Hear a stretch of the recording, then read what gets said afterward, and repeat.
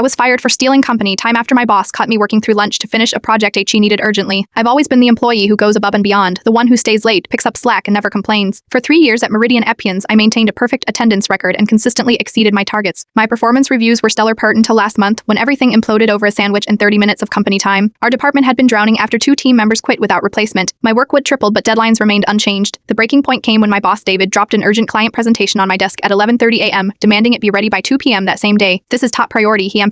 The CEO will be in this meeting. Make it perfect. I nodded, knowing my planned lunch with a friend would have to be cancelled. Again, I texted my apology and dove into the project, working straight through my designated lunch break. I didn't even leave my desk. Prince just unwrapped the sandwich I'd brought from home and continued designing slides while taking small bites. At 1:45 p.m., I sent the completed presentation to David. It was some of my best work, especially given the time constraint. I expected a thank you, maybe even recognition for sacrificing my break. Instead, at 4:30 p.m., I received an email from IHR requesting my presence in a meeting. When I arrived, David was there alongside our HR director, both wearing expressions that suggested I'd committed a serious offense. We need to discuss your violation of company policy, the HR director began, sliding a printed copy of our employee handbook across the table. Section 8.3 clearly states that all employees must take their full lunch break away from their workstations. I stared at them in disbelief. I was finishing the urgent presentation David needed, the one for the CEO. David cleared his throat. Company policy exists for a reason. Working through lunch creates liability issues and sets a poor example for other team members. But you gave me an impossible deadline, I countered. There was no way to complete it without working through lunch. You should have managed your time better or requested an extension, he replied, not meeting my eyes. The HR director then delivered the final blow. This isn't your first violation. Security footage shows you've worked through lunch 6 times in the past month. That's 3 hours of unauthorized work, Kane, essentially time theft from the company. Time theft for working extra hours, for doing more than my job required. I laughed part. I actually laughed out loud, paired, which clearly wasn't the reaction they expected. Let me get this straight, I said suddenly, feeling lighter than I had in months. I am being disciplined for working too much, for completing urgent projects you assigned with impossible deadlines. This isn't about the work, David insisted. It's about following protocol. That's when something inside me snapped. 3 years of missed family dinners, canceled plans with friends, and stress induced insomnia, burned all for a company that considered my dedication a punishable offense. I stood up, collected my personal items from my desk, and handed my badge to the stunned HR director. See, consider this my resignation, I said. I'd give 2 weeks notice, but I wouldn't want to steal any more of your precious company time. 2 weeks later, I accepted a position with Meridian's biggest competitor, Palantir, with better pay, flexible lunch breaks, and a manager who sent me a handwritten thank you note. After my first project, David has called 4 times since then. I let each one go to voicemail while enjoying my full lunch hour. If you want to hear what he said in those messages, follow for part 2.